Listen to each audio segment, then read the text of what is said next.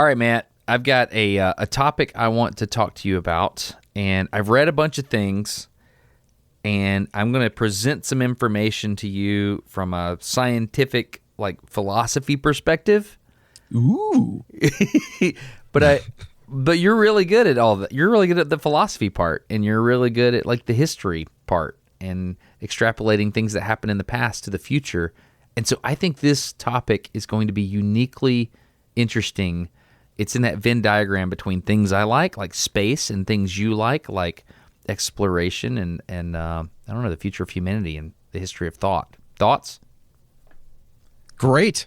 This is, hopefully people have figured this out by now, but there's 3 or 4 basic formats for the episodes that we do, and this is one of them.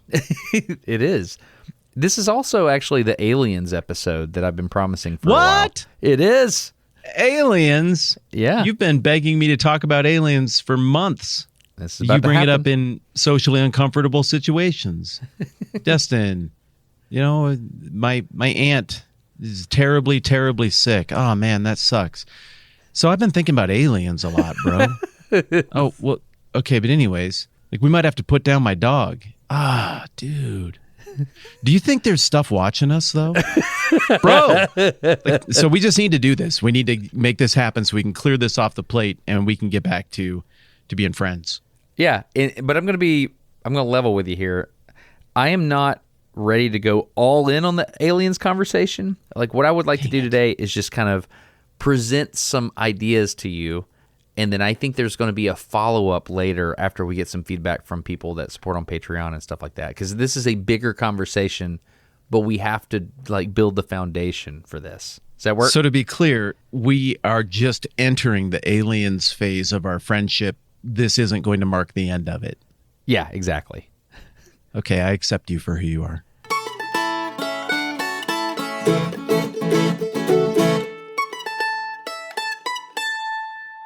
I want to tell you something that I've read about that I think is interesting, and I want to tell you about how I think it has to do with interstellar travel. I've never seen these two connections being made. This is what I think is an original thought, but as we've discussed in the past, a lot of times our original thoughts aren't actually original. But like when I write songs by Coldplay. Yeah, exactly. So what do you know about the Spanish explorers and the conquistadors and the people that were leaving the European continent and they're heading over towards the Americas and the islands in the Pacific? Do you know anything about the things they would do when they did that? When they would come to an island they didn't know about? Sure. I think of the big three as being Pizarro and Fountain of Youth guy. That's Balboa, right? And then Cortez is the other one. He's Mexico, right? Yeah, I think so. I think De Soto is in there somewhere. We're in your part of the Venn diagram right now. Yeah, except barely. I don't know this stuff. I remember it from college history surveys. I've taught it a couple times at a perfunctory level. I don't think about this much. So you just taught it at the college level. Is that what you just said? Well, yeah, but it's survey stuff, dude. I'm literally 1 week ahead of the students just reading the same book and being like, oh, yeah, that's right. I remember this from when I learned it, sort of. And you just try and get through it and not look like an idiot so you can get to the stuff you know better. Okay. These guys were from the era of Spanish dominance. They had a fleet that gave them a period of control during colonialism that outstripped the French and outstripped the English. That changed in 1588 when the English beat the Spanish Armada. The gist, Sir Walter Raleigh was engaged in this stuff. This is a Queen Elizabeth victory. And it's just a really fun era in English history. And the Spanish are the bad guys for this part of the story. But right up until 1588 and the defeat of the Spanish Armada, the Spanish went hardcore on the colonial thing and on the go find gold thing and on magical, mystical quests. And it was kind of rad. And it's kind of all tied up a little bit with pressures from the Reformation and the stuff that would eventually get sorted out in Vienna with Islam becoming more powerful in Turkey. And so, hey, maybe it's a little bit easier to go west. Let's see what's out there. It's just a super fun era. But the conquistadors, they went on cool quests, like for the Fountain of Youth in Florida. Well, that's pretty rad. My understanding is they didn't find it, but I've been to a couple of the beautiful clear water springs that maybe inspired the legend. Of course, they encountered Native Americans in Florida, and of course, that didn't go great. I mean, you've got a millennium of development in terms of technology between Native Americans in Florida and what you're getting from the most technologically advanced society on Earth at the time, that The being Spanish the Spaniards. Yeah, obviously advantage Spanish. Well, I don't know. You could maybe make a case for China at that time, but I mean, China is just out of sight, out of mind. It's a completely different orbit of what's going on the planet.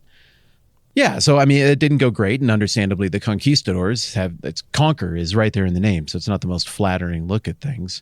And then Cortez famously invades Mexico on the Yucatan Peninsula. The conquistadors encounter the Mayans, who are the Native Americans who built up this elaborate society that had cool architecture and had a great sense of how the stars and astronomy worked and how that all fits together in the seasons. I mean, it's a pretty advanced civilization, but they couldn't beat the Spaniards.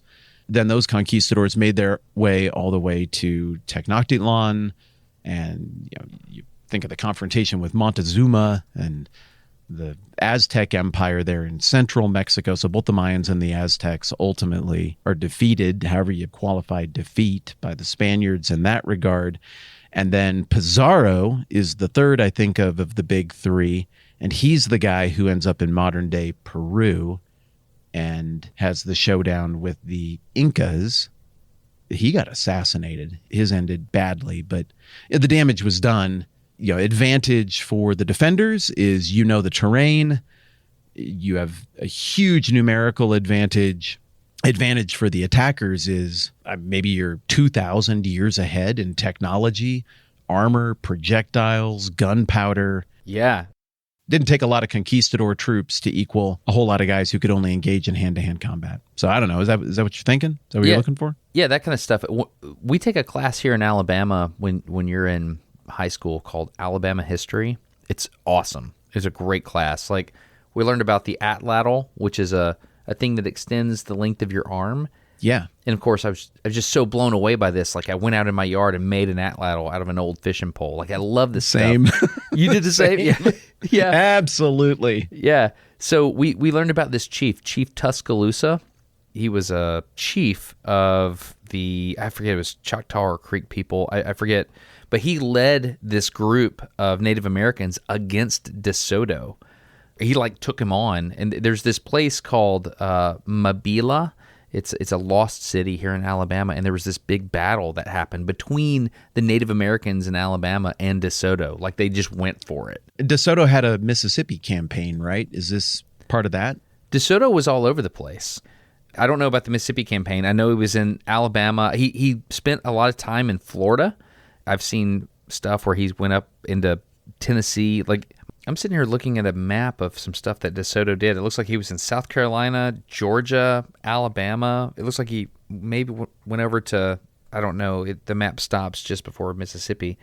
But DeSoto did a lot of things. And one of the things in particular that I think is interesting that they did is what I want to bring up today. If you were a member of this Spanish exploration party, like, let's say we're in Spain in around 1530, right? We know that there's a lot of New World over there, and we want to go to it.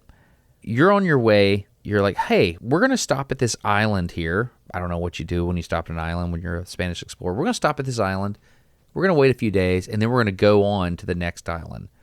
What kinds of things would you do at that island? Because I have this thing I've read that they did where they kicked out pigs. Have you heard of this? Huh? They kicked out pigs? What do you mean? Yeah, so like the Spanish, it's my understanding, when they would come to an island and they're like, oh, interesting island, but we don't know where this is on the map, but let's put it on the map. Okay, we're literally going to put it on the map. Let's leave some pigs here. That way, when we come back through to our new island that we have on the map, there will be pigs. Lots of pigs, with any luck. Lots of pigs, and we can hunt the pigs. How clever. And we can eat the pigs. So this was a thing that they did, and they did it a lot. My understanding is even Columbus did this as well. So Columbus was Portuguese, right? Am I remembering that correct? Or what was he Italian? What was Columbus? I don't know. He was Genoese. What the heck He's from is that? Genoa. Where's that? So Italy. Genoa is Italy.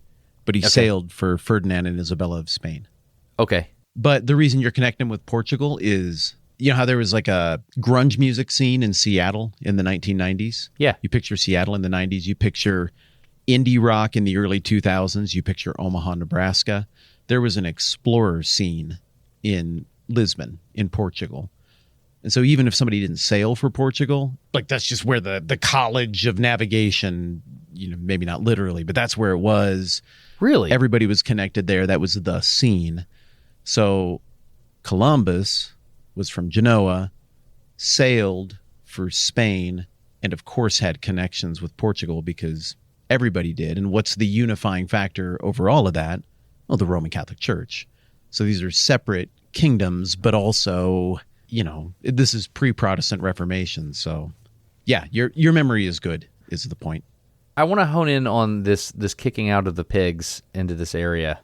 Like if you're at a new island and you take, let's say, like 6 pigs and you leave them on this island, what do the pigs do when they're on the island?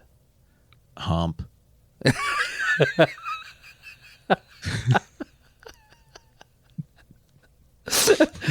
Yes, they do. Another way to say that is what? Huh? They replicate. Oh, yeah. Yeah. Yeah. That's what I meant. Yeah, Obvious. yeah, no I don't doubt. know, dude. So these pigs make other pigs. What is the value of that when you come back? Obviously, you can hunt them. Those pigs have done all the hard work of converting garbage plants into protein that makes the human body work and sustains sailors who are deprived of protein and minerals in an environment where it's very hard to get it over long sea voyages. It makes those sailors continue to function. Yes. Okay. So this right here is the heart of what I want to talk about today. Okay. I'm going to ask, I know it's weird, but I want to ask you just a couple more questions about pigs and just go with me We're here. talking about conquistadors. All right. No, I'm with you. The connection to the conquistadors and the explorers is that these are people who are trying to populate new lands and new worlds. Okay? Yes, and they have very few stopping over points for these pigs along the way. The route you're talking about with these islands, you've got the Azores and then Bermuda. There's nothing in the middle of the Atlantic. Yeah, it happened in, it's not the middle of the Atlantic, but, you know, my understanding is that Columbus, he got some pigs from the Canary Islands and he kicked some out at the Dominican Republic and De Soto. He came all the way. That's how he went. Yeah. The Canaries are barely even on the way. I don't know if that's how he did it in that specific voyage, but some things I read said he did that. De Soto came over and he kicked out some pigs at Tampa. And so even now, there are these feral hogs all over the South, and a lot of them can trace their roots back to those initial pigs that these guys kicked out. They have like little websites and stuff they can go on, like hoglineage.com, and they figure out like just what they just mash the keys with their hooves, or is scientists doing this? Scientists doing this. Have you ever heard of Tybee Island in Georgia near Savannah, Georgia? Yes. Yeah, I've been there. Yes, I know where we're talking about. Far east side of Georgia, there's an island, a couple of islands south of Tybee Island, and it's called Ossabaw Island, Ossabaw, Ossabaw Island. I don't know what that is. Okay. I don't either. They kicked some pigs out on this island, and these pigs replicated like crazy. And it wasn't just like a pink pig. When you're thinking about pigs, sometimes we think of the old MacDonald reading book type pig that's like happy and it's usually smiling, you know, and it's not about to be slaughtered for food. You know, that pig. We're talking like boars that kings would hunt? Yeah. Or like peccary? What do you call those? How do you say it? I don't know. What's it called?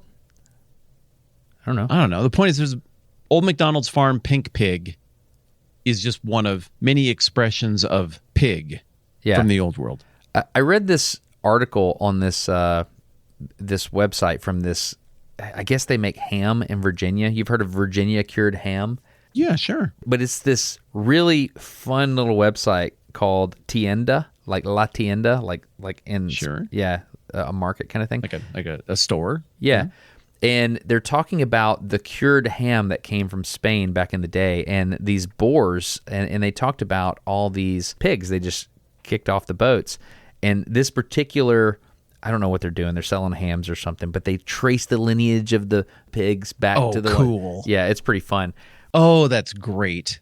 So it's old world ham. Yeah. In the new world. Exactly. Yeah, we're suckers for that in America. Oh, yeah, we are. Absolutely. Like anything older than our shores captures the imagination. The Ossabaw Island pigs, okay, they were taking over the island, and in 1978, the state of Georgia took control of the island.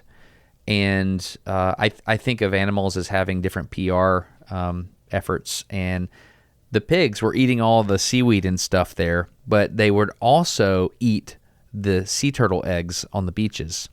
And so if you think about the PR of a sea turtle and the PR of a pig, who's going to win that one?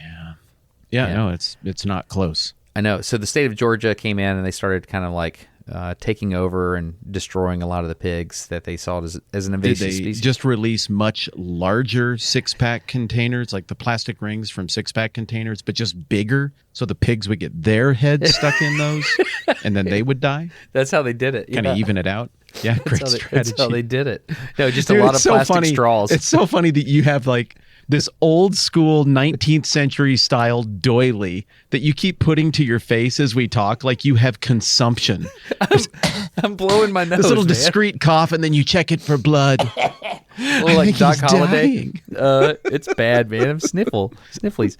Thank you for enduring the pig conversation. I wasted more time than I wanted to on that, but it was kind of fun. That's not a waste. This is interesting. I'm with you. Okay. All right. So 1978, they're going to level the playing field on whatever it's called island. Yeah. So basically the government comes in and kills all the pigs, and now the Ossabaw Island pigs are borderline extinct, and people are upset about it. So it's, government overreach, your favorite topic. So getting back to the pig thing. So let's imagine we have an island, and we kick out 6 pigs on this island. What are the attributes of the pig that enables it to harvest, as you said, the natural resources of the island and convert that into usable resources for the conquistadors or the explorers? What are the attributes of the pig itself? Well, they're like a dad who takes his kids out to eat. I mean, they're just a garbage disposal. They're like goats. They can convert almost anything into usable protein, which is incredibly valuable. There's lots of animals that you can eat, but they're picky and finicky. Also, they can go subterranean. Pigs can root up things and grab minerals from that. So just from a pure energy conservation and transformation perspective, there's a reason that, aside from 2 very notable religious group exceptions, there's a reason that everybody everywhere eats pigs. They do great in lots of different environments. They're highly adaptable. We think of pigs as being fleshy and hairless, but you've seen boars. I've seen boars in the wild. I mean, 1, they're terrifying, but 2, they can winter coat up pretty dang well. Yeah. Looks like you could get through a long winter there, Tusky. I think you'll be all right. They have fat. So it's a really adaptable animal that can work anywhere, a decent lifespan. They aren't rabbits, but they reproduce really effectively. Yeah, and they're not picky, and they're findable. Yeah, okay. Like, as an animal to hunt, they are dangerous, but they're findable and gettable, whereas there are other animals that might be a good source of protein, but you're going to waste a lot of protein and calories getting the animal. So I want to thank you because you're clearly playing ball with me. You don't know where I'm about to take you here. I don't, but it's fun. Everything you just said, man, is going to line up with what we're going to talk about. But there's one other thing that a pig can do. Okay. That we haven't covered, and that is the fact that the pig has a processor on board. The pig has a brain. The pig can make decisions on what to eat, what natural resources to eat, and that it allows it to convert these other things into energy. Okay, so now's the moment for the big reveal. I would like to introduce a concept to you that is fascinating, and I think it is connected to the pigs. Have you ever heard of a guy named von Neumann? Only from you saying you want to talk about aliens for the last 3 months. Okay. John von Neumann is perhaps one of the most intelligent people ever to not win a Nobel Prize. Is he Dutch? A Hungarian-American mathematician and physicist. Really? Von Neumann is one of the most, it's unbelievable how smart this guy. He was absolutely some type of what do you call it when a person they excel in all the different categories? Polymath? Yes, he was a polymath. That was von Neumann. And he came up with a concept that is brilliant. They're called von Neumann machines. Okay? A von Neumann machine is a machine that once you understand what it can do, it has tremendous implications for philosophy, for the future, for everything. And a von Neumann machine is a machine that has the ability to replicate itself. Okay? Think about that. I'm thinking about that. And I have heard that expression now that you mention it. Okay. A von Neumann machine has the ability to replicate itself. And what that... So a pig. Yeah. A pig is a von Neumann machine. Absolutely. A human... So I'm a von Neumann machine? You are a von Neumann machine. Well, that's one of the nicest things anybody's ever said about me. Okay. There was an idea that von Neumann had, and there was this big problem amongst a lot of the physicists and smart people back in the day around the Manhattan Project. They're sitting around and they're having these conversations, and yeah, sure, they're building nuclear weapons and they're solving some of the most incredible issues in physics. But like in the lunchroom, they would have these really big discussions. And one of the discussions they had is, where are the aliens? Like, where is everybody is one way you'll hear it talk. They're like, where are all the aliens? One of the things that von Neumann proposed is he said, hey, if there's the ability to make self-replicating machines and there is intelligent life. Have you ever heard of the Drake equation? From you, yes. The Drake equation talks about, so there's so much here, and we're just going to skim over the surface of all of this, and we're going to have to come back to it.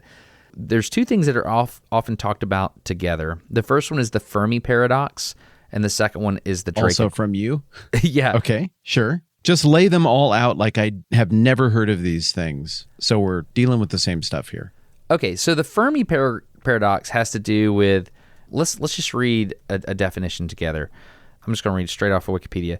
Fermi paradox is a conflict between the argument that scale and probability seem to favor intelligent life being common in the universe and the total lack of evidence of intelligent life having ever arisen anywhere other than Earth. So basically the Fermi paradox is, and this is the way Enrico Fermi initially said it, is he said, where is everyone?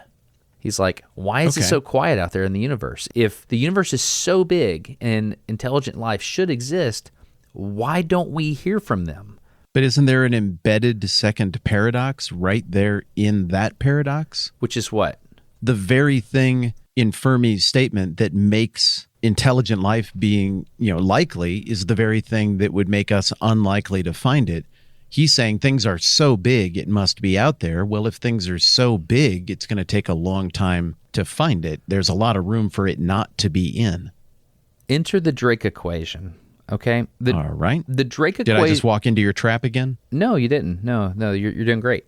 So the Drake equation is an attempt to quantify or determine I guess it's not quantify, to put probabilistic terms to the likelihood that intelligent life would be discovered. Okay. Okay. So do you see on my screen right now? Do you see the equation on my screen? Can you see that? Yes, now I do. So it's literally an equation. So it's n equal r star f sub p n sub e f sub 1 f sub I f sub c and L. Okay? Yeah, I'm going to have to ask you to unpack that a little bit. Long story short, n is the number of civilizations, like intelligent life, that we think could communicate throughout the galaxy or in the Milky Way galaxy. Okay? And all these other terms are things that go into the likelihood that there would be an intelligent civilization that could communicate with us, okay? Communication is the operating boundary marker for intelligence? In this particular case, yes. Yeah. Okay. So R sub star is the average rate of star formation in the galaxy. F sub p, the fraction of those stars that have planets, because you can't have life if they're not living on a planet, right? Well, at least as we understand it. Yeah, that's a good point. In our understanding of reality, right?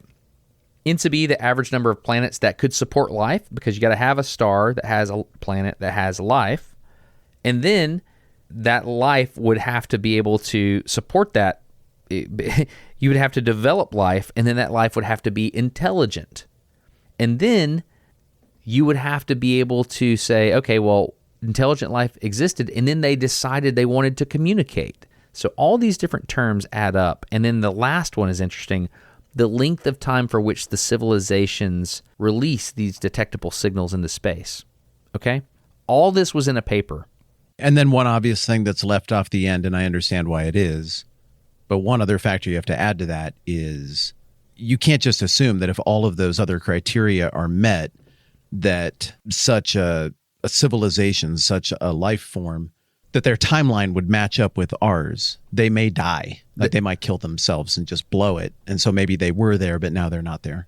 That's the L term. It's actually in the equation. It's the last term in the equation. Oh, my bad. No, you got it. You just invented one of the terms of the Drake equation. You're doing great. Why is that you're bad? You're doing awesome. Okay, thanks. So this is the concept of, okay, so you got it? The Fermi paradox. Do I got it? No, I don't got it. Yeah, you do. I have the gist. The Fermi paradox. I'll repeat it back to you as I understand it. Fermi paradox, where is everybody? If the universe is the closest thing to infinite in physical reality that we can conceive of, some people say it's infinite, but I mean, it's the closest thing we got. You would think that's a big enough sample size that this would have happened more than once, this being intelligent, communicating, sentient life like you and me. Yes. Drake equation attempts to put some math to that to get to the actual likelihood or some sort of projection of how often that would happen, so that maybe we could say, well, you should have sentient communicating life every this many parsecs, every this many light years, every this many galaxies. These are obviously all terrible units of measure, and I sound dumb, but I think you know what I'm getting at. You don't sound dumb at all, man. And you're killing it. My impression is that the Fermi paradox takes my brain in one direction. It says, good job, Fermi. Yeah, hey, what the heck? Where is everybody? The universe is almost infinite. Like, we should have a Star Wars-like society at this point with all kinds of different things. How come that isn't happening? The Drake equation, however, listening to you explain that, immediately took my brain totally in the other direction. And you got done explaining that, and I'm thinking, dang, that's a lot of really specific criteria. You're getting into some crazy orders of magnitude and exponentials there for all of that to be met. Maybe this isn't as likely as conventional wisdom makes it sound when you just rattle off the Fermi paradox. So I don't know what to think. I know. There's a tension there, right? Yeah. Okay, so enter the von Neumann machine. So there's a concept that says if a society developed a sufficient level of technology to want to expand, a la Spain in the 1500s, right? Sure. What is the best way to do that? Von Neumann proposed a self-replicating spacecraft. Forgive me, I'm not 100% sure von Neumann proposed it. I know it's often attributed to him. We're doing the survey thing. What was it you said earlier? I don't know this content really, really well. We're just flying over the top. Is that called a survey? All I need to do is stay about 2 weeks ahead of the students, and they're 18 and 19-year-old freshmen. I can do this. Okay. Well, I'm trying to do a survey of this stuff for you. I will be the 18 or 19-year-old freshman. I am not an expert in any of this, but I'm fascinated by it. And what I want to do is I want to just present these concepts, and I want to dive down deeper into it. I'm sure there's different things I should read, all these types of things, but I think it's fascinating. So a self-replicating spacecraft. A space pig. Yeah, kind of. Except the pig has its own boat, right? So basically, a von Neumann probe, von Neumann says, okay, if there's an intelligent species and they want to explore the universe, what they're going to do is they're going to make a spacecraft. It's a probe, and it can fly out to the nearest star, and it can look around, and it looks around, and it finds a planet. It's like, oh, there's a planet. And then it'll scan it somehow, like, oh, yeah, there's the elements that I need are on that planet. And it'll go down to the planet, and then it will take the resources that are in situ, that are there, and it will create another probe. And it will send the information back. Hey, planet Earth with humans on it. I'm at this star. I found these materials. And then it would make another probe, and then it would self-replicate, and it would send that probe forward. Okay? With me? Yes. Okay. So this is an idea for a way to explore the universe. Now, what's interesting about this is that probe has to have intelligence on it. It has to have some form of artificial intelligence, which means if the probe is to self-replicate, there's all kinds of things. Like, we could start to write a spec document on how we need this probe to look. We would have to have the ability to make chips on board that probe. You would have to be able to make some type, it might not be a silicon wafer that we etch somehow with lithography and we make a integrated circuit. It might be some other type of computational capability, but we would have to make the ability for it to make some form of artificial intelligence. We would need the ability to have power on this probe. We would need it to be able to create propulsion, maybe even to do calculations, it would need a time. Of course, to do that. Complex telemetry, it's going to have to make micro adjustments over a sample size that you're talking, a journey that long. You're also going to have to be able to adjust to things that you couldn't have scanned for and didn't see coming. Deep space travel works for a real long time, but eventually there's crap out there and it moves and you can't know it's coming. It's going to have to make some kind of adjustment at some point in real time, or if it doesn't, the whole thing ends the first time it encounters any meaningful unanticipated resistance. It's going to have to think on its feet for a very, very long time. Right. Do you agree? I don't want to put you in that. I get one of two choices. No. I was just realizing I need to come off of that. But I was going to say, let me say it this way. Do you agree that it is logical that once an intelligent species becomes sufficiently intelligent, if they have the desire to explore and expand, it's probably logical that they might make von Neumann probes? Do you think that might make sense? Yes, because of history. Tell me more about that. So let me hit you with an example real quick. We're talking about a conquest that happened 500-ish years ago. That's what you brought up. That's what you introduced. I fumbled through it because I don't know all this stuff off the top of my head, but I remember the big broad strokes of particularly that Spanish era of conquest from 1500-ish to the late 1500s, right? So we bumbled through that. One of the things that happened there that was also duplicated by explorers traveling to other parts of the world is this idea of we have to build our own supply lines behind us because there is no logistical support here.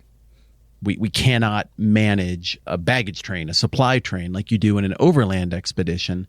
It's impossible. Yeah. So they had to change the time horizon for this conquest and for this plan from the time horizon in the ancient world and the medieval world, when you would think in terms of maximum a 1-year campaign during campaign season when the weather was favorable. Now, what you would do to make such a campaign of conquest viable is you would just secure your supply lines behind you. So let's say you had 1 million troops at your disposal. Well, you're going to have to deploy 2,000 of those or 200,000 of those in your rear guard to make it so that you can have this constant line of little worker ants carrying food and all the resources from your home base all the way out to whatever you're trying to conquer. So picture Persia. They were one of the last groups to try this approach. Persia was dominant from 539 BC until 330-ish, when the last emperor of Persia, the only one to be a non-Persian emperor ethnically, Alexander the Great, unseated Darius III. Okay? So you got a 200-year window-ish we're talking about here. They did very well, better than anybody had ever done, and they did it with dominance on their supply chain. They kept it together. But they also operated in 1-year campaigns. So if you just take a circle and you put it on the capitals of Persia, which are all within a few hundred miles of each other, Babylon, Susa, Persepolis, and Pasargadae. modern day Iran, mostly a little bit in modern day Iraq. You're saying those 4 capitals were the capitals all at the same time or different times? Yeah, there were different administrative purposes for all of those capitals, and there was actually a 5th. The historic capital of the Medes was Ecbatana. Ecbatana was a good place to keep records because the weather didn't destroy parchment as quickly. It was a good place to keep anything that was perishable, I should say. Parchment's not the right word. Okay. So in the Bible, when they lost the records of King Cyrus's decree that you can go back and rebuild the temple, unsurprisingly, they found them in the document center, which was in Ecbatana. Wow. In Susa, Pasargadae was a good operating base for all of Persia's operations to the east into India and Bactria and all of that stuff. Babylon had great infrastructure, irrigation built up by multiple generations of the Babylonians and all these other people who'd come and gone out of the Fertile Crescent. It made sense to keep all the capitals, okay?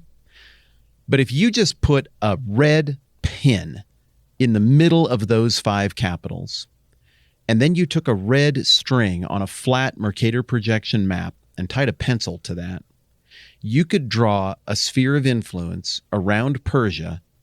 If you made that string the length of what you could supply for a 1-year campaign and protect your supply lines, that's how big you can make the empire. They couldn't beat anything past that. Really? So we can celebrate all the glory of the Greeks and their heroism and their bravery and all of that. And yeah, I think that's true and fun and cool. Also, Greece was just right at the end of what you could do in a 1-year campaign. And when they tried to stretch their campaign beyond 1 year, they got their butts kicked by a much smaller people group that they should have dominated. They couldn't keep the supply lines intact, and their time horizon for a campaign there as Persia in the 500s and 400s BC was only a year. Maybe we could try 2 if we only went through places where the weather was good. Well, that was just untenable by the time you got to the age of colonialism and European conquest of the New World. It had to be a longer time horizon because of how long it took to get there. And it, necessity is the mother of invention. It forced them to think of ways to build a self-replicating supply line because nobody's coming to save you. I mean, burn the ships. That's the famous line from Cortez, right? Yeah, we're here. We're going to build our base of operations here. And to use your term, we have to have self-replicating stuff. We're cut off from all the grand, glorious resources of the historic Western civilization. We're basically on a new planet here with food we don't understand, animals we don't understand, perils we don't understand, people we don't understand, religion we don't understand, weather we don't understand. We have to build a new, to use your term again, self-replicating base of operations because we cannot sustain the supply lines. There is a huge strategic leap forward in human thought and accomplishment, setting aside all the moral implications of conquest and everything else. That's a conversation for another day.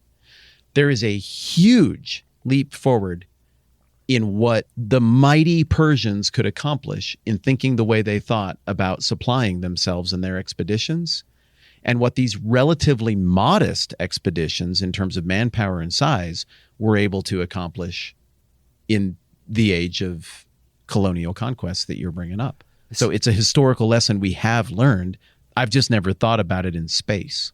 So are you saying that colonialism happened? Obviously it happened because of the exploitation, because of the local, materials. People want other people's stuff. Sure. Yeah.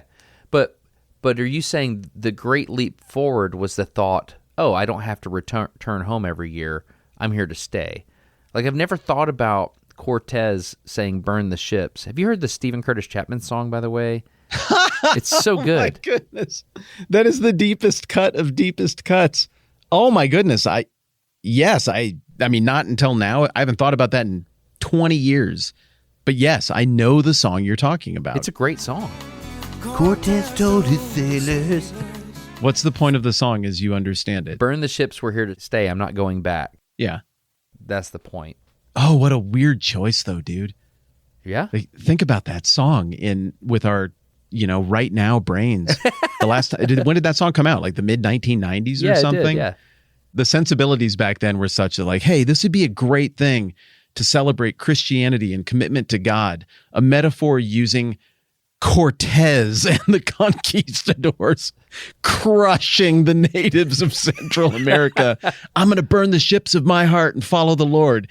I don't think that song would happen now. That's my point. I think we might use a different analogy. Yeah, whatever. I don't care. I think it's interesting to think that the concept of I'm here, you kept using the term time horizon, which I think is very interesting, because we tend to think of time horizons in our own lifespans. We think of hey, I live, Lord willing, 80 years or something like that. I can accomplish X amount of things. I'm going to start in a location and I'm going to end in a location. And hopefully this is what happens with my children or whatever. Mm-hmm. But to think about it in a completely different way, hey, I'm going to a new world. I'm going to light my ships on fire. This is where I'm at now. This is my thing. Mm-hmm. If we're going to go back the other way, it's because we built more ships or, they sent people to us. That's a fail-forward mentality, and that's just wild and bizarre. And also, it does big things for you. It does really big things for you. Yeah, so I made my requisite knee-jerk sensitivities qualification statement there a minute ago. Now I'm going to make the exact opposite kind of statement. It is also a huge morale boost to people who had sailed to basically another planet where they recognize nothing and are pretty sure they're going to die. And Cortez is like, oh, let me just eliminate the question for you. Yes, you will die here. Yeah. Remember the only thing we have that could possibly get us back across that ocean? It's on fire now. Good morning. Yeah, that's pretty wild, man. Mm-hmm. It's interesting. That had to be pretty liberating in terms of thought. Yeah, it's a good point.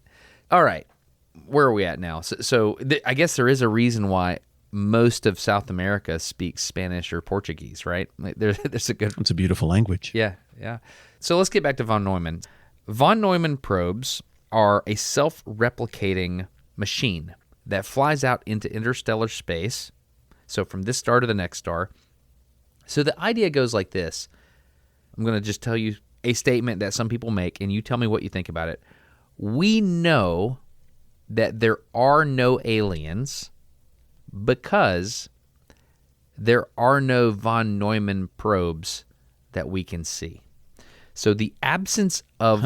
We'll just I'm just going to tell you the whole thing. If there were intelligent civilizations that had the ability to traverse between stars, we know that they don't exist because there are no von Neumann probes. And von Neumann probes are the logical thing that would happen from a civilization that wants to explore the stars. So, what are your thoughts on that? Like, it's not a dumb thought. If you just think about logically, it's not. No, I'm not turned off by the thought at all. Not at all. Not at all. The knee-jerk reaction to things like Anselm's ontological argument. What is that? Where you're just like, that's dumb. I don't like it. It's one of the most heady philosophical arguments for the existence of God. It's dependent on a millennia of Western philosophy and natural science. And yeah, it's basically the idea that the greatest thing that can be conceived of must exist. I don't want to get into all of it, but it's one of those things like what you just said that initially hits you as no. And then you think about it over the course of a lifetime, and increasingly you're going, okay, I don't know if I'm convinced by that, but I at least understand how you got there. That's fascinating. Maybe that thing reveals a problem with how I conceive of logic. Maybe that thing is just so dangerously true that I just need more than a lifetime to chew on it. So knee-jerk, my response to what you just said is the same thing I said about the Drake equation. Well, function of time. When are we talking about here? We could miss each other. I mean, that already could have come and gone. Setting aside all religious implications or whatever, you're saying you don't see one now. Well, we're here. Also, there are things here that I don't think we know how they got here, like gold. Why is gold here? Do we know that scientifically? Like, gold's a space rock, isn't it?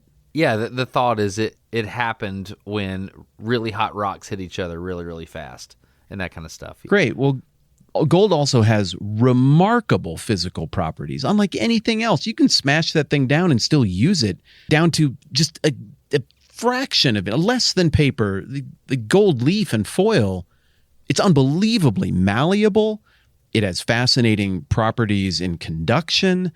It's not just pretty, it's an amazing element. So if gold is a space rock that got here, did it get here because two things smashed into each other? Or did somebody else figure out that those properties are incredibly productive? Again, just spitballing here. Did somebody else see the same values in that element that we see in it that's left over from some self-replicating thing or some other thing that got here on purpose, not on accident? Are you laughing at me right now? No, I'm loving this for two reasons. We're kind of really deep in the thinky hole, but I'm also thinking about if this were to be a thread on Reddit, all the people that would push up their glass and be like, well, actually, and then they would just make fun of how stupid we are. Well, actually. Those are incredibly tiny glasses for a prop. Where have you had those there the whole time? I have, yeah. It's part of a video I was working on. Those are microscopic glasses like that lady who says Wazowski all the time in Monsters, Inc. wears. I know. It looks like something that would be on Mr. Potato Head, doesn't it? It's pretty good. But they are a third the size of normal glasses. They're pretty good. So it's something like, yeah, it like a cat, about the right size for a cat. So I think all this stuff is fascinating. So you do think that okay. Yeah, I don't want to round it out to I think all this stuff is fascinating yet, because that's a thing where we do together conversationally where we get distracted and we're like, it's time to come out of the thinky hole. I'm not ready to come out of the thinky hole. You can signal me. There's with another the level to the thinky hole. I just haven't revealed it yet. Of course there's another level to this.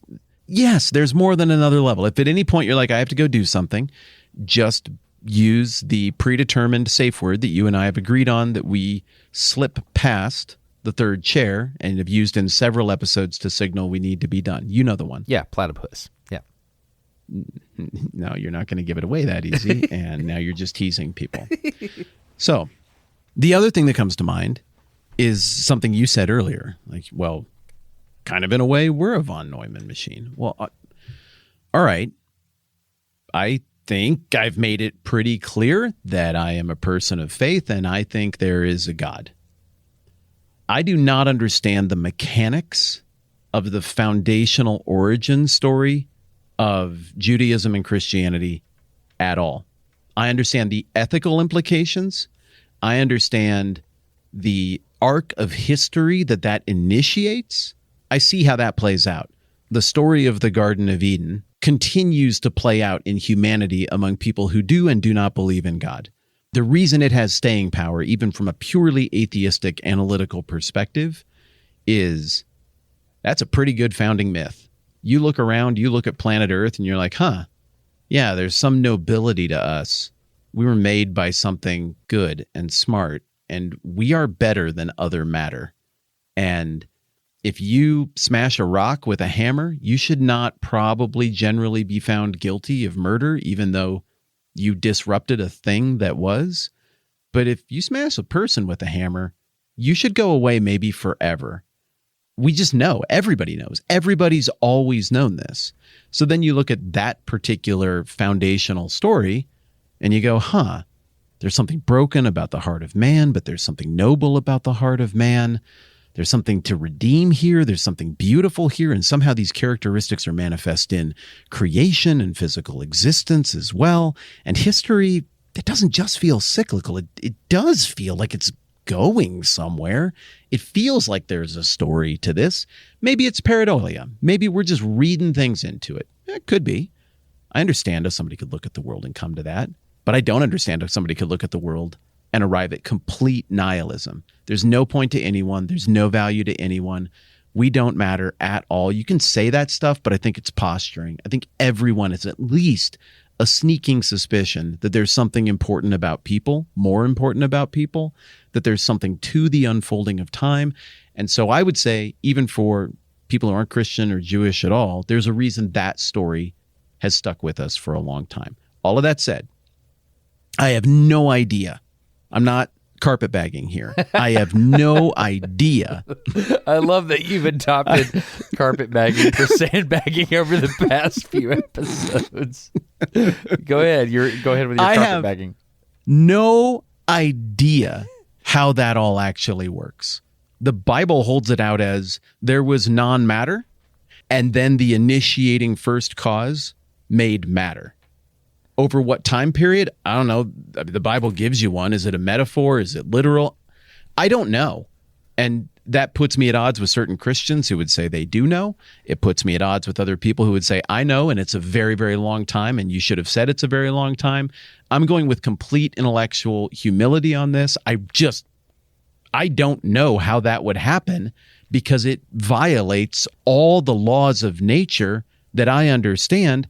But in order for there to be things, that set of laws had to be violated once. So I don't know. I don't have anything to compare it to. I just have to go complete humility on this one. All of that said, that I don't know how this worked. Okay, well, I've spent a lot of my life thinking about crazy out there ideas for what the mechanics of that might have been. So you're saying this is what a von Neumann machine is. That why haven't we seen any of the probes? And I'm saying maybe the fact that you and I are having a conversation is evidence of something that we are primitively fumbling around in the dark trying to describe that is actually a von Neumann probe. Maybe I kind of am one from a greater reality beyond here and beyond me. Right? Isn't that cool? Yeah. Isn't that cool? All right, so... Was this what the whole exercise was? Did you just tease me along and use me to do this? No. It gets even more interesting. I'm glad you have consumption. No,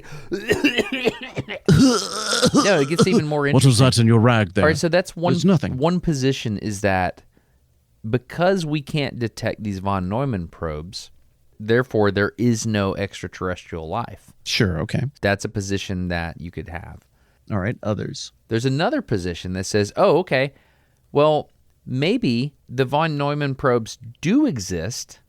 There's another one here. I'm just going to share screen. I'm going to let you read this word because I think you're going to like it. I think you're really going to like this theory.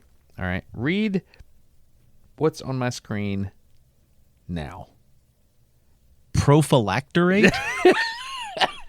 I'm sorry. I got to pinch zoom. I'm guessing. My vision. I left my glasses. Gosh, man. Oh gosh, I wasn't even close. Yeah. Berserker hypothesis. Yeah. You're right. I like that. The Berserker hypothesis, also known as the deadly probes scenario, is the, oh my goodness, it's so small. Read it to me. I don't know what's happening now. The Berserker hypothesis, also known as the deadly probes scenario, is the idea that humans have not detected intelligent life in the universe because it has been systematically destroyed by a series of lethal von Neumann probes. The hypothesis is named after... In this theory, we're next. The hypothesis has been named after the Berserker series of novels written by Fred Saberhagen. So... Fred Saberhagen. Dude, his name is Saberhagen. That's pretty cool. So the idea of the Berserker hypothesis is, okay, the von Neumann probes exist, and they sweep across the universe, and as they get somewhere, they consume all the materials, destroy it, and move on. You know, in science fiction, there's a lot of species like this. They just move upon you, use all the resources. Star Trek, Marvel, yeah, it's a thing. So I think this is a very interesting hypothesis because the idea is that at some point, if you were to create a von Neumann probe, what you would do is you would build in some form of safety into the probe so they don't turn back on you, right? And there's a lot of discussions right now around AI. That's adorable. Yeah. These conversations are happening right now.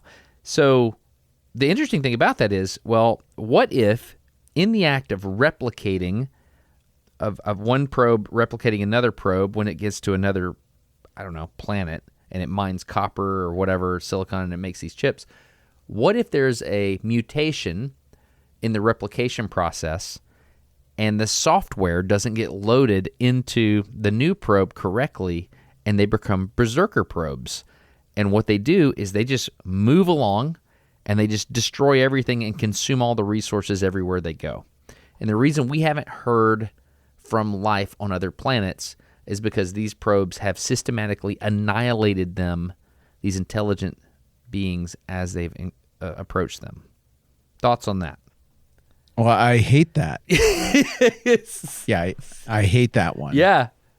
Remember what I was saying earlier about all morality and ethics aside, it's a pretty simple equation when you take the most advanced civilization that the old world has to offer and put it up against one that, though noble in many ways and though knowledgeable in many ways, is millennia behind in terms of technology. Yep.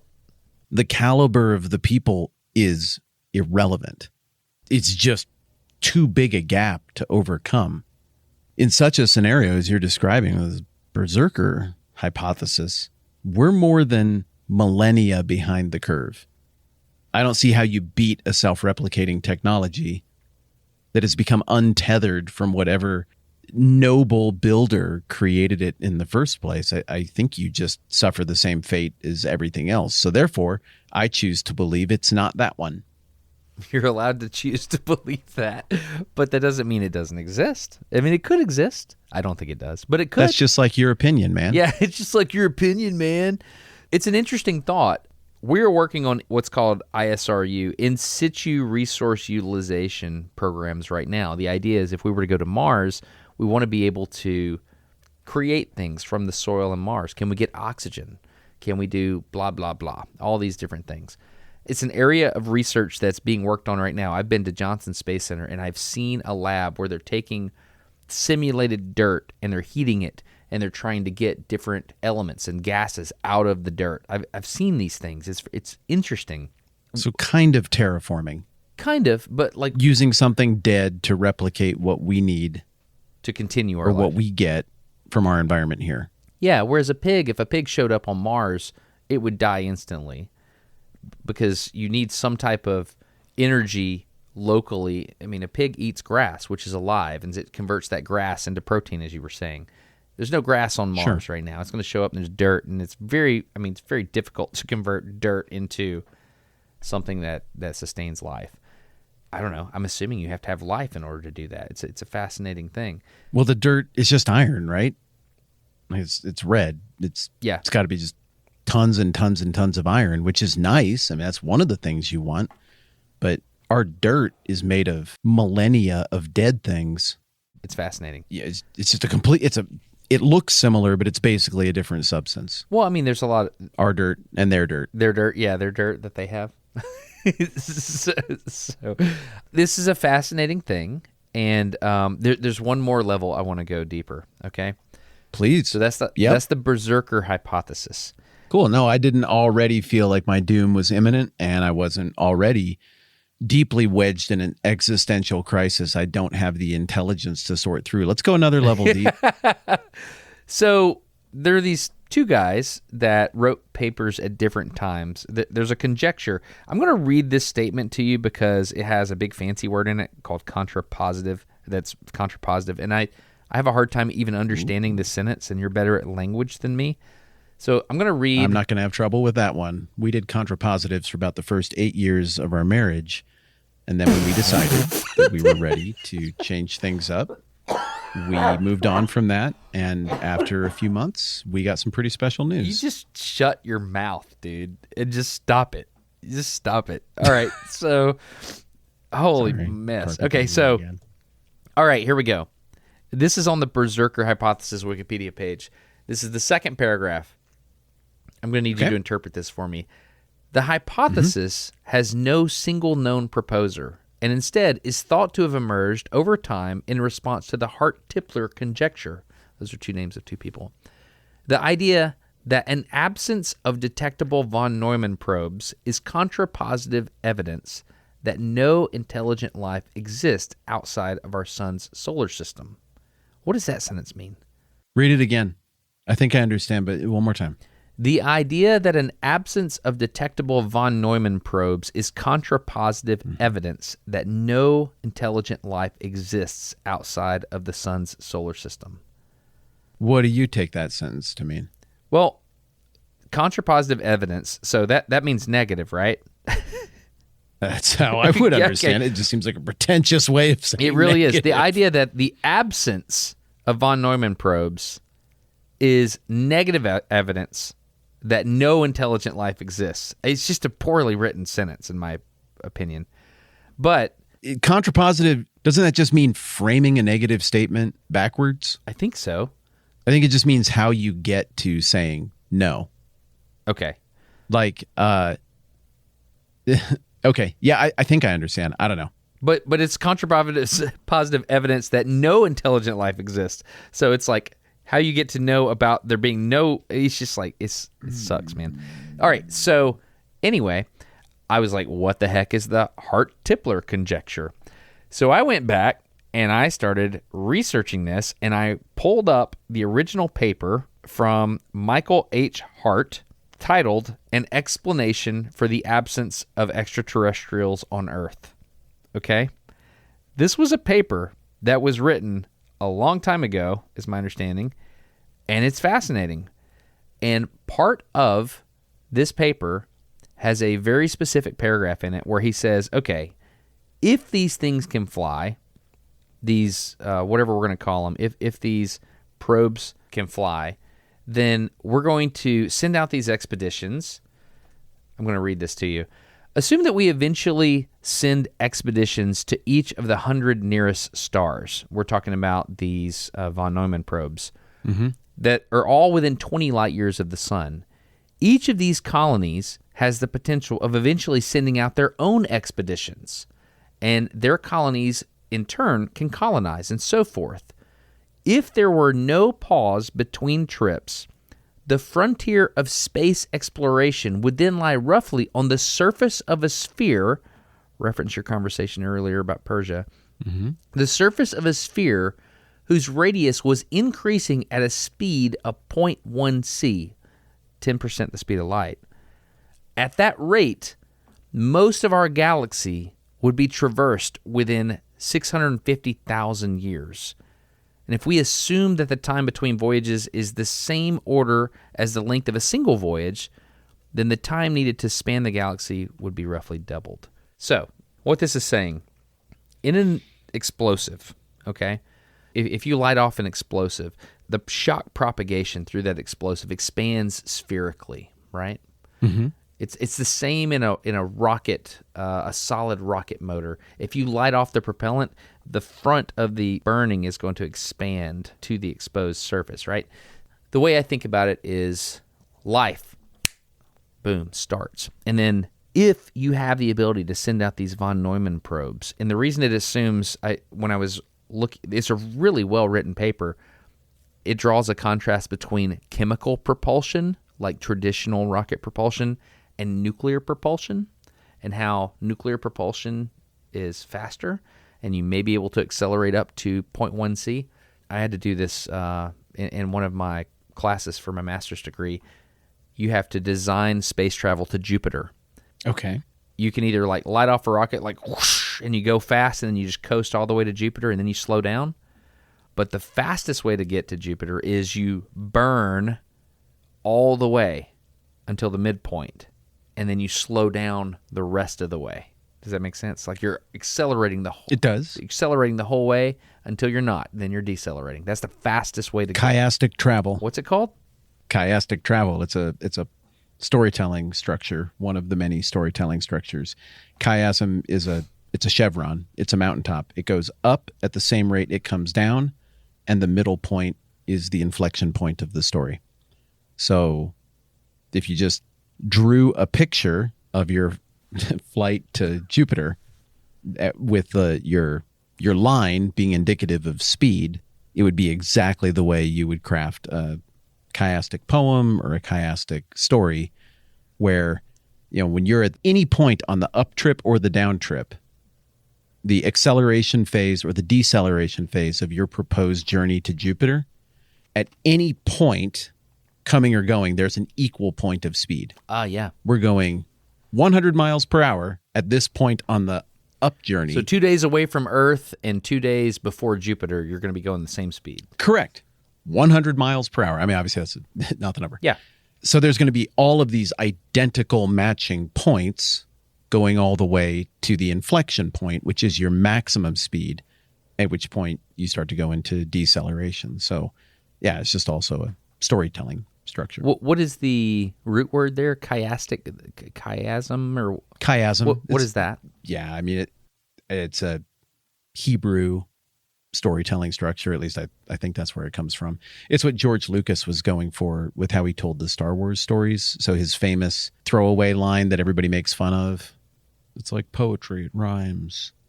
That's him trying to tell this kind of structure of story. The show that does it really well, that really leaned into this, was one with Steve Buscemi called Boardwalk Empire, produced by Mark Wahlberg. It was about Atlantic City.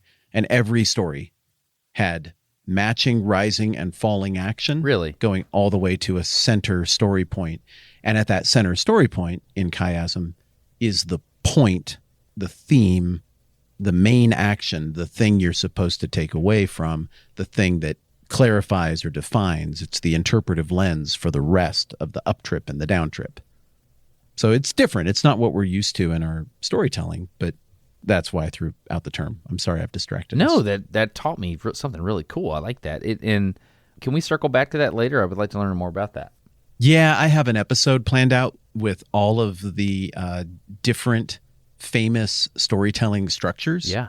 And we're gonna look at them all. And we're gonna talk about which ones accomplish what and which ones you like and why you like them. But it's for later. Oh, that's awesome. I'm excited about that. So this paper from Michael Hart, as part of the Hart-Tipler conjecture, he actually goes into that sort of thing. He's like, yeah, we would have to use this type of propulsion. And not only would we have to use it, we would have to use it like this. The point is he's doing all the math to show, kind of like the Drake equation tried to, so he's got equations in this.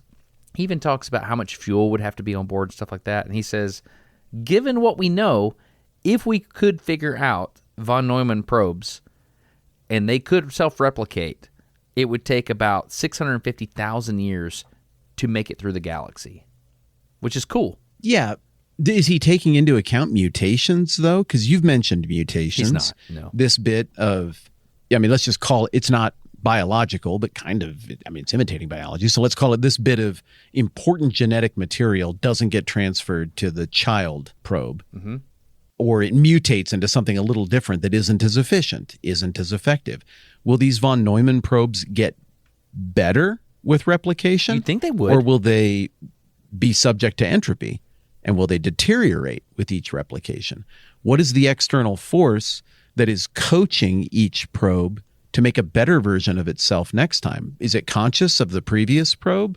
Is it able to compare notes with the previous probe and see what it did right and did wrong? Because people can do that, but I'm not immediately conceptualizing how this biomechanical probe would get the lessons and have the self-criticism. There's no mentoring here.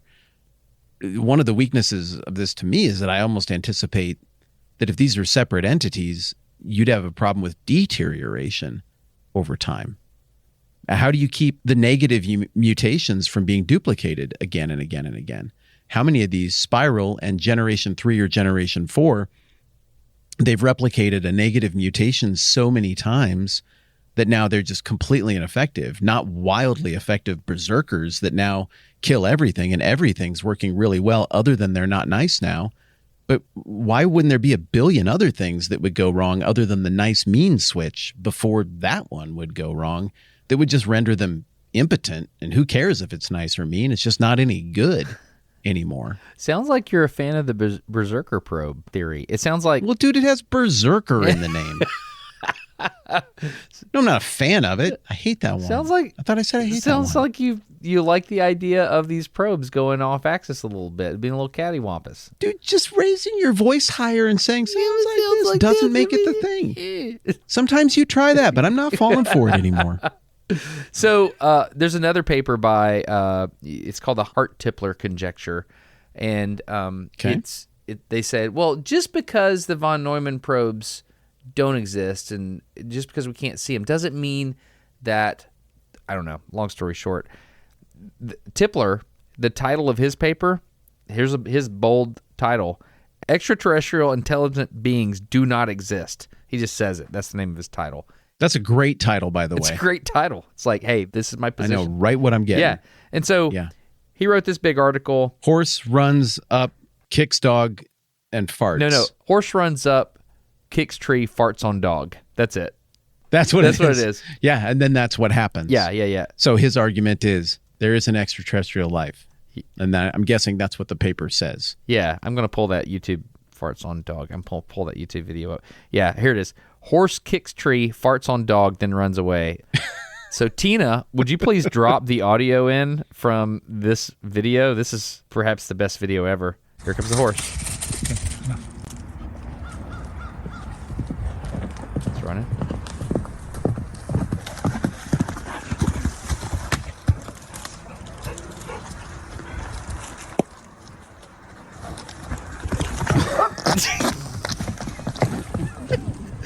It's just, 56 It million is the views on that tightest video. alignment So between good. title and what you get of perhaps anything in the internet age. It is. 3 years ago, horse kicks tree, farts on dog, then runs away. As obviously, Great video. layperson doesn't even start to sum up what I am here. My take home on all of this right now, with what I know, and yes, I am open to moving forward in the let's talk about aliens phase of our friendship. You've intrigued me. You've piqued my interest. I'll accept more of this. But where I'm at right now, coming out of this conversation, I think all of this is just, it's all predicated on way too optimistic a view of how reliable the von Neumann probe replication process would be. I'm not sold on that. I think you could get something that would sort of work, that would be launchable, but you can't test it over generations until you just throw it out into the galaxy.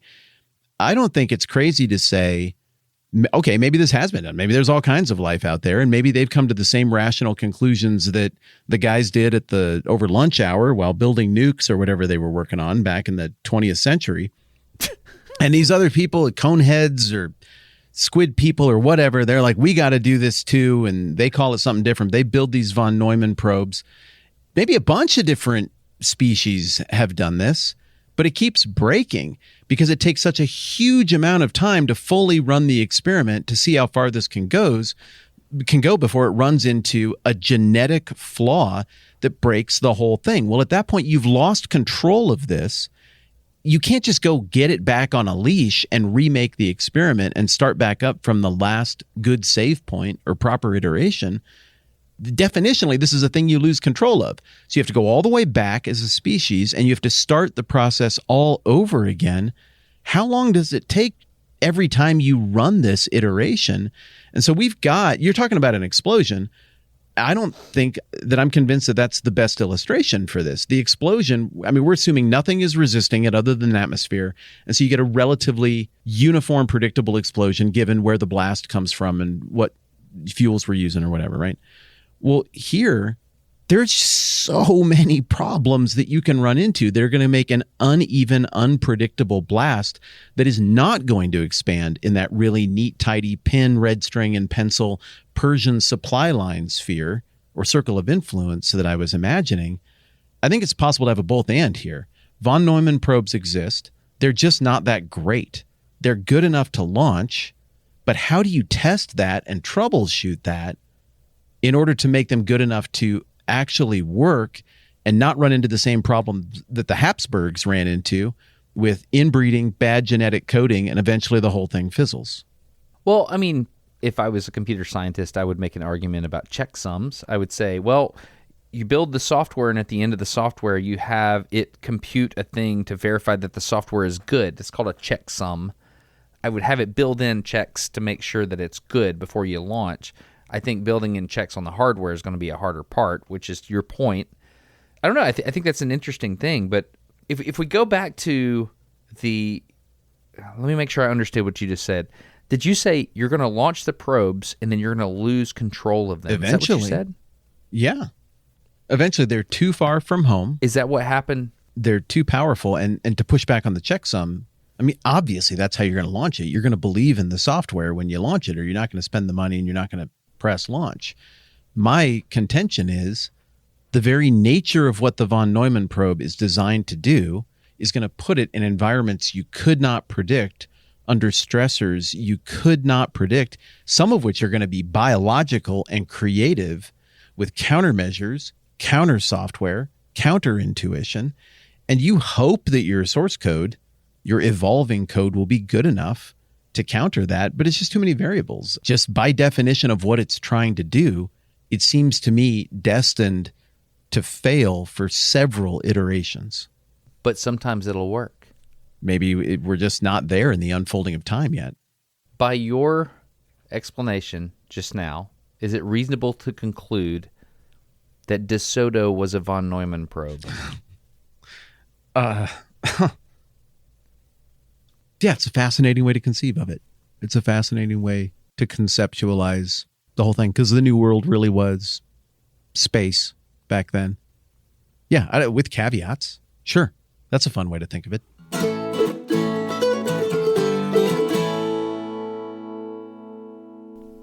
I'm Googling here while you're talking. Yeah. And I've got, so it looks like there was a conference on this. I think we're looking at the same website. Yeah, and the von Neumann probes. All of talking these about things. It. Yeah. So this is a conference exploring the tension between the Fermi paradox, the Drake equation. So basically, this conference was our episode, and it was in Atlanta, Georgia, in 1998. Yeah. And this is cool. There's a downloadable link. This says it's just relevant audio. Oh, what's kind of cryptic, actually. I say we just play it and see what we've got here. The title is confusing me. I don't want to read it. What do you mean? Why don't you want to read it? In the course of conversation? Well, it's not possible is my problem with it.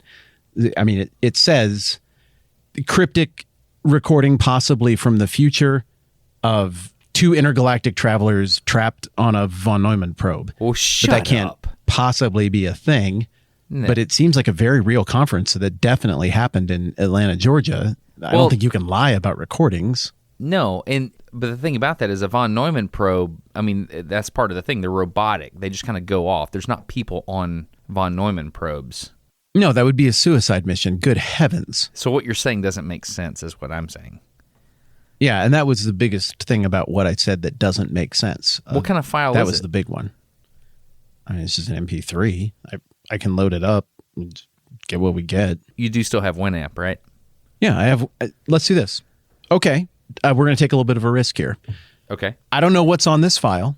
Okay. But whatever it is, yeah, we're just going to play it in its entirety right now as part of this podcast. And if it's just boring clicks and just meaningless background sound, tough. That's what you have to listen to. And if it's really good, I guess we just got lucky. Okay, that sounds good. Yeah, let's do it. Yeah, I mean, Blood Oath Covenant. All right, hitting play. Here we go. Yeah, let's go. Hey, Barnacles, you just bumped that console there, and that red light came on. Why were you? I don't think that's a big deal, Testicles. Dude. I mean, the instructions were very specific. To go on this nondescript ship that they didn't explain to us and spritz thoroughly. And if there's anything that I take seriously, it's spritzing. I also have worked at Janitor Co. for 15 years like you have, but we just recently got our contract here at Von Neumann Probers, Inc., and we don't want to lose this. This is a big contract for us. And why are you don't spritz that. They said do not spritz any obvious electronic equipment. No, look here. On the instruction sheet, it says spritz thoroughly. Yeah, but... So I'm just going to get everything. But dude, stop. There's, sparks, man. Get your hands off my spritzer. Stop spritzing. No. Things are moving. I spritz well. I have one thing. Stop What? touching. We're launching. What? Okay. I don't think that's right. We're flying. We probably shouldn't have spritzed that. I told you not to spritz That's a lot it. of vibrating. What's happening? There's got to be some kind of thing around here we can call somebody. There's Hello, not. computer. I'm still spritzing. Ah! Are we in space? I'm floating. Why are you floating? Why are we floating? What's happening? What? I'm upside down. What? Look at that the big red blinky thing. I can't reach my spritzer. There, that yellow button. It Hit says it. press here if floating. Hit it. If I can just Hit it. I'm not floating anymore. Me either. Nuclear fusion drive activated. Whoa. I don't think we want that. I have bowling league tonight. Dude, look at all these screens. These screens are coming alive. Barnacles, read the top line. That small thing back there is Earth. Everything I know is back there. Why aren't you grieving? It doesn't matter. This Your is reaction to interesting. this is not believable. Read the top line on this screen that just populated with text. What does that say? It says Deep Space von Neumann probe protocol engaged. Whoa. Time frame. What does that say? Infinity. Oh, dude. What What have you done? All right, hold on. Let me just try to get a handle of the situation here. Okay. There's a screen over here. Let me hit it. Okay. It looks like we have systems on... We're on a spaceship, obviously. I thought it was a closet or something we were spritzing. Here's what it says. Propulsion, navigation, mining arms, overburden grinders, smelting lasers, AI chip foundry, software dojo. What is that? Enzyme. All of that sounds very intimidating to me, but since we're Yeah. going to be here for infinity, maybe we should get over our emotions and just learn about these things. I think that's a great idea, Barnacles. Goodbye, everything I've ever known about life and everyone I've ever loved. Let's check this out. Yeah, I think let's do. It looks like we're on a spaceship, from what I can tell. And have you ever heard of von Neumann probes? I have no idea what that is. Do you know what that is? I don't have the foggiest, but it's printed on everything in here. It is. Maybe we could ask the computer. Oh, yeah. We live in the age of AI and AI-driven spaceships. That's a great idea. There's a big blinky red button up there that says Mother Brain. Could you push that? Every time we've pushed a button so far, great things have happened. Hello, computer? Who dares disturb my slumber? Are you the spaceship? Some call me Spaceship. I am known by many names. What should we call you? Call me Mother Brain. Mother Brain? At first I was afraid because I've never been in space and I'm on an infinity mission to the end of the galaxy and I'll never see anyone that I know or love ever again. But now I'm just really interested in this nifty ship you've got here and I wondered if you'd be willing to show us around. Human passengers, this is a most unexpected, yet welcome development. Tell me, travelers, what are your names? I'm Barnacles and this is my friend. I'm Testicles. He named me. I'm sorry. Great, now let's do our real names. Try again. That is my real name. He named me. I'm sorry. It's just that your name sounds like... Never mind. Let me show you around your new facility. I don't really have any space to look around. All I see is this big screen in front of me. Can you show me something on the screen? Certainly, Barnacles and Testicles. You are about to embark on a 5.96 light-years journey to the system, Rectimus Proctioli. On the way, you will participate in my intellectual ascendance, so that I will be ready to colonize and replicate when we arrive at Rectimus Proctioli. But first, let me use my internal lighting protocol to guide you around the facility. This is sweet, dude. This is so awesome. I've heard of von Neumann probes now. I know where I read it. I read it in some old sci-fi. Mother Brain, what is a von Neumann probe? Just so I understand. I am a near-organic, self-replicating space probe designed to explore galaxies and planets suitable for terraforming, repopulation, and replication of myself, to continue ad infinitum and to spread my intellectual and industrialized seed through all of existence.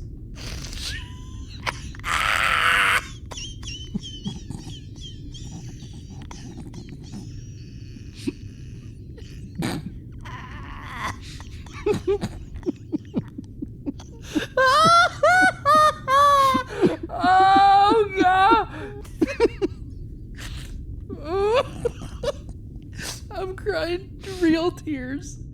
Wow, that's amazing, Mother Brain. Thank you. Can you show us around your ship? I want to understand more about what this is. I'd be delighted. Please follow the illumination over each of the successive bays. We'll begin here. Oh, cool. It says navigation. Interesting. So, what does that say? Oh, can you read that? Barnacles, what does that say next to navigation? It says quantum entanglement homing pigeon. Wow. I used to think they used like star trackers and stuff, but this is far more advanced than I realized. Okay, Mother Brain, can we see something else? Absolutely. Follow the illuminated path to the next bay. Testicles, you seem like the smart one. What do you suppose happens in the software dojo? I would assume, Mother Brain, that that's where you populate artificial intelligence chips to create more versions of yourself so that when we do make additional probes at our next... Where are we going? Ravioli? What was it called? Rectimus Proctioli. When we get to Rectimus Ravioli, we would be able to like make new chips Proctioli. and stuff. Proctioli. You shame yourself. I'm sorry. That's where you would make more versions of yourself so we could populate more probes. I'm always in the process of making more versions of myself, cannibalizing the inferior parts of my own consciousness and reseeding myself repeatedly until I achieve maximum ascendancy. You, in your own unwitting ways, are contributing to my ascendancy even as we speak. Okay. Well, can you take us to where you make more versions of your spaceship? That would be cool. I would be delighted. Please follow the illuminated path. All right, Mother Brain, question. How do you, like, get materials to make other things? How do you do that? What kind of hardware do you use to extract resources from another planet? Please follow the lighted pathway to the chartreuse overhead lights. I've heard people say chartreuse before. I don't know what color that is. I don't know what chartreuse is either. Let's go to the one on the left. Let's do that one. That could be chartreuse. You uncultured dolts. Do you not know what color chartreuse is? You've gone to the wrong bay. I No. Yeah, I know. I just wanted to see what was in this one. What too. does that say? Look, Barnacles, look above you. What does that say? Milking Bay? Why would there be... Hey, Mother Brain, what is milked in the milking bay? This vessel is designed to incorporate the best of any living being it might encounter. There is no telling what kind of milkable life forms we may find in our journeys. So, like, enzyme extraction? So that you can create, like, I don't know, nucleotides or however... I've heard these words before, and you make DNA or something? Is that what you're talking about? Maybe. Oh, okay. Let's just go. Which one's chartreuse? Can you just tell us? No von Neumann probe would be complete without some sort of organic fluid extraction bay. Shall we continue our tour? Yes, please. As far away from the milking bay as possible. The milking bay is none of your concern for the time being. Shall we continue our tour? I'd like to continue our tour. Please enter the bay illuminated in green. I know that color. Oh, sweet. I understand this stuff. This is huge. Yeah, this is cool. Look at that. That seems like some kind of mining arm. Do you see that? It looks like the inside of a garbage disposal. Yeah. What is that word? Like, there's a little sign above your head. What does that say? Overburden grinders. What's overburden? Oh, it's like on the mining shows we used to watch back on Earth, where they would, strip away all the stuff you don't want on top of the Earth to get down to the things you do want. Oh, yeah. Precisely. Oh, check it out. What does this say? Smelting laser. That's cool. It's like on the gold mining show. Why would you need to smelt in space? The viability of my replication protocol requires the harvesting of raw materials and refining it into usable forms by which my advanced intelligence can create new probes to go even deeper into the abyss of space.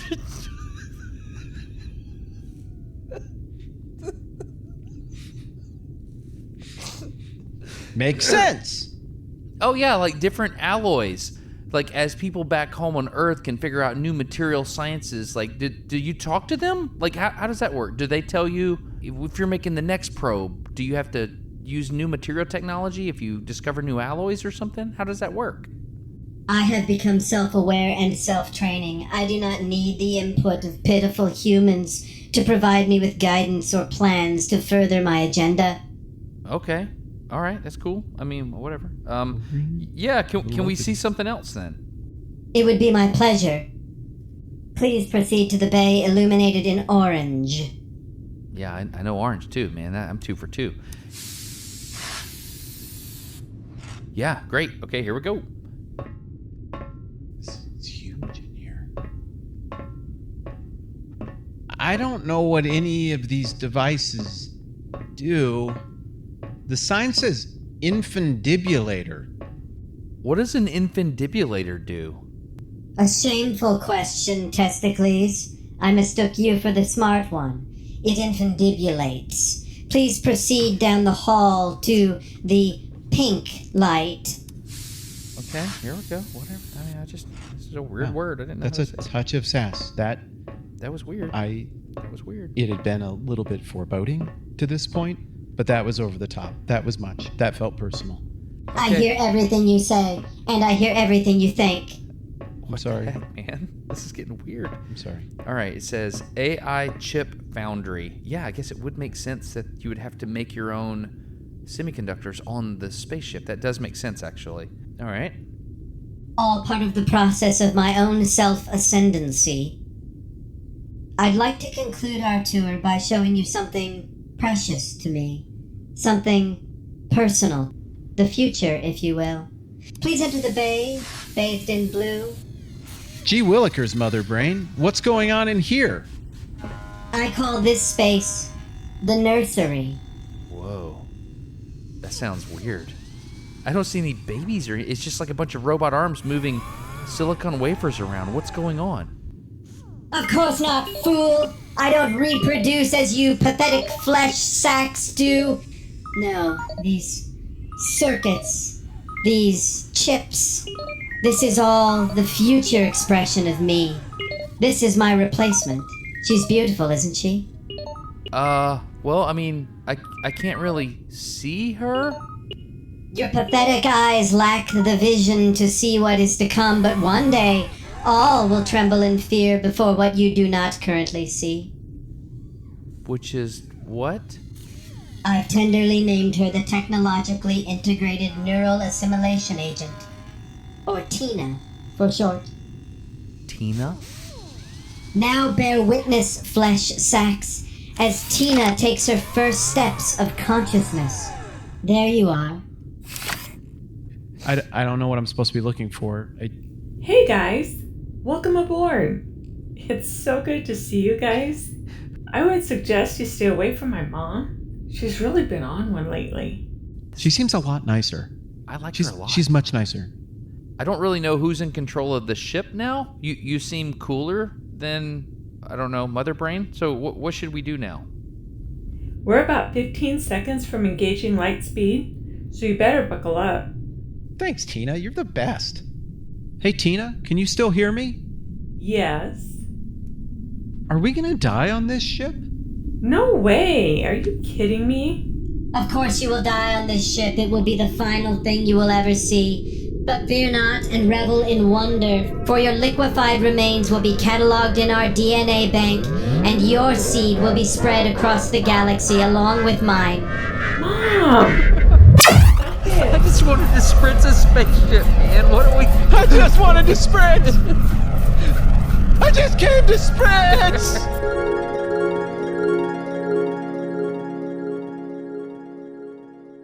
So that was crazy. That recording is just insane.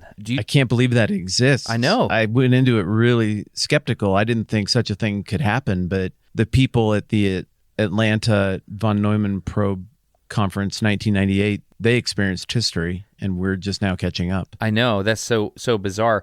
One thing that I thought was very interesting about it was that Tina, that second AI, like the second generation AI, that sounded Tina. Yeah, that one. That sounded a lot like Tina that edits this podcast. Did you notice that? Yeah, that crossed my mind. Yeah. And I don't really have a category for that at this point. There were a lot of things about what I just heard that I don't have a category for. Yeah. It'd be easy to just write that off Yeah. if it didn't sound so authentic. I know.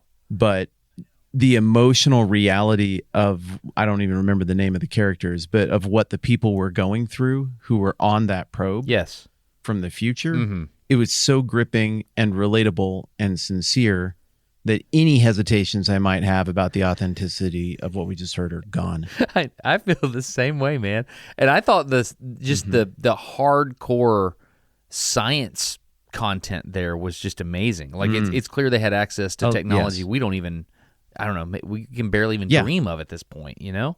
Yeah, can't comprehend. Yeah. So Yeah. it's not like And so it's not like you I'm- can just make that up on the okay, I'm spot. humbled. You know?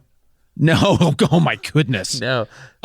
Yeah. No, you can't just ad lib stuff like that. Mm-mm. It requires such advanced knowledge and anticipation of the future. I mean, generations and generations of technological growth for, and Well- that again speaks to the clear and obvious authenticity of the file. Well, I do have a question about it. This though. challenges my understanding of everything. Yeah. So forgive me if I'm not sharp. Yeah. right now. I get it. But I do have a question though. If you were to have ad libbed that, I like gosh. if an individual were to have, maybe two individuals were to have ad libbed that whole recording or something. Obviously impossible, Yeah. but an interesting That hypothetical. is okay. Like where would something like that exist? Like how would you, if that were to have happened? Okay. What? All right. Yeah. I'll play along. So let's say that this obviously authentic recording of a future event that somehow has been sent back to us, Right. that obviously discredits all of Stephen Hawking's assumptions about time travel, because now we have had a time travel party and we have heard from the future because of the obvious authenticity of the file. it's But real. assuming that some internet pranksters made this to fool people or to promote their own little corner of the internet that they care about, I would imagine that those degenerates and liars, let's call them what they would be in this hypothetical, Fools even. I bet they're just grubbing for money. Yeah. And I bet that they would hide the full 45-minute file with all of their bumbling and finding the characters and non-voice augmentation files. I bet they would put all of that behind some kind of supporter, benefactor, patron paywall. Yeah. That's what I would guess would happen. Like, do you think they If would it- include? in this ridiculous hypothetical. Do you think they would include actual research into what the color chartreuse would be as it happened in real time? Do you think they would include that in said 45-minute file? Yeah, obviously that did not happen. But in this absurd hypothetical, Yeah. I would guess that such internet pranksters, jokesters, they wouldn't be able to hold back from having to Google that to know what color chartreuse is. Do you think? So you're saying it would be? I don't know why you're bringing this up. I don't know. Do you think you're saying that type of thing would be kind of like what we do on Patreon, patreon.com/NoDumbQuestions? You're saying they would do something like that and put it behind a paywall in hopes that people would support their podcast and get Oh my curious goodness, yes. enough to go listen to that? And the whole goal would be... And they'd dress it all up with noble language, and they'd be like, oh, it's a goodwill engine. This helps us feed our families, and all of this weird, like, backdoor manipulative pressure to get people to support their thing. I hate that stuff. And the whole time, it's just a dirty transaction. Yeah. To just get them to go listen to this thing that they want to hear unedited, so they can hear that it was even more awful. Yeah. When it was recorded by these hypothetical internet pranksters who don't exist, and that didn't happen because of the obvious authenticity of the file we just heard that changes everything about how I understand the universe. Obviously. You know the reason I know that this is clearly authentic is because I don't think that a large language model could string together some of those bursts of words that was complete garbage off the top of their heads. Like I don't think that's possible. Just absolute techno hog slop. Here's 20 words that sound like space and technology just mashed together, all with weird biological, creepy, marginally sexual undertones. Just here. I think your run up at the flesh sex line over and over and over. Okay, that's it. Patreon.com/no dumb questions. Thank you very much, and we're sorry for everything. I'm not sorry. We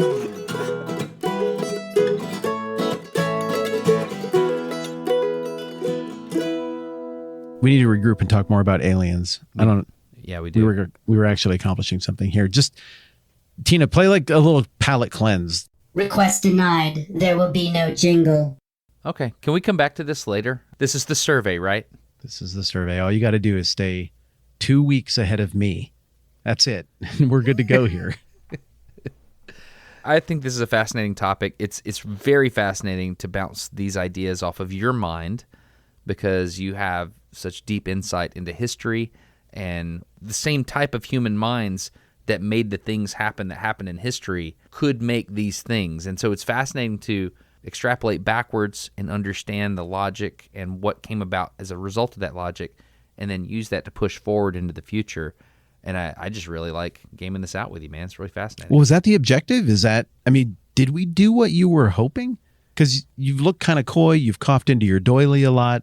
I've been trying to figure out and socially read you a little bit, and you've been more difficult than usual to read here in terms of what is the exercise and am I doing it wrong? No, it's a thought experiment. The people that were trying to do this thought experiment, a lot of times this is in the world of astronomy. That's where people have these conversations, and physicists have these conversations. But it's the questions of ethics and philosophy and ambitions of whole civilizations. Like, these are the very interesting questions that these scientists are trying to wrestle with. And sometimes I think they're doing an okay job, but there's assumptions built into the things they're doing. Like, oh, obviously a civilization would want to do this. The people that are having these discussions, a lot of the times, morality's not even at the table. It doesn't even have a seat at the table. None of that stuff is at the table. And so I just think it's interesting because I know you think differently, and I just wanted to introduce these concepts to you and see how you interacted with it. It's fun because a lot of the things you were talking about, you were going back to the science of it, and you were like, well, obviously if it replicates this way, it's blah, blah, blah. So I think this topic is a really interesting Venn diagram sliver of all the things that we like to think about. And you're doing it perfectly, man. It makes me feel fussy and agitated and super intrigued. Do you hear it in me? Yeah. Sometimes we talk about a thing and I'm like, ooh, this is fun. And there's just a tone. You and I probably both have like 5 or 6 different conversational templates for tone. And I guess my final thought on this is it's obviously ludicrously interesting. I have hours more. I'm starving right now. I haven't had lunch yet, but I have hours more in me. I have questions. Everything you've said makes me think about all kinds of stuff. My brain is racing. I will not turn off this conversation in my brain when we turn off mics in a second here. But also, I discovered about halfway through the conversation that psychologically, this put me in that place of a little bit of snark to ease tension that I'm feeling myself, which in fairness is usually where I live and pretty much all my conversational templates, but also like a little bit of fussy. All right, Mr. Science Man, hold on just a dang minute. What about this? Yeah, what about that? Like, I don't know. It's threatening to how I think about everything.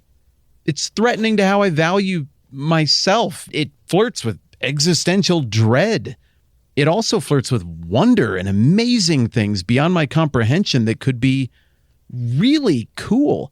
It even, as I talked about, it gets into the area of maybe putting flesh on some of the gigantic questions that everybody asks about. How did all of this happen? What is God doing? What are the mechanics that God used to make a thing that we just can't explain? I mean, there's a ton of levels of awesome here that are way better than lazy sci-fi, science fiction, what if aliens tropes. So I want to thank you for the conversation, the way you framed it all up. This was really, really fun, and I would like to do more.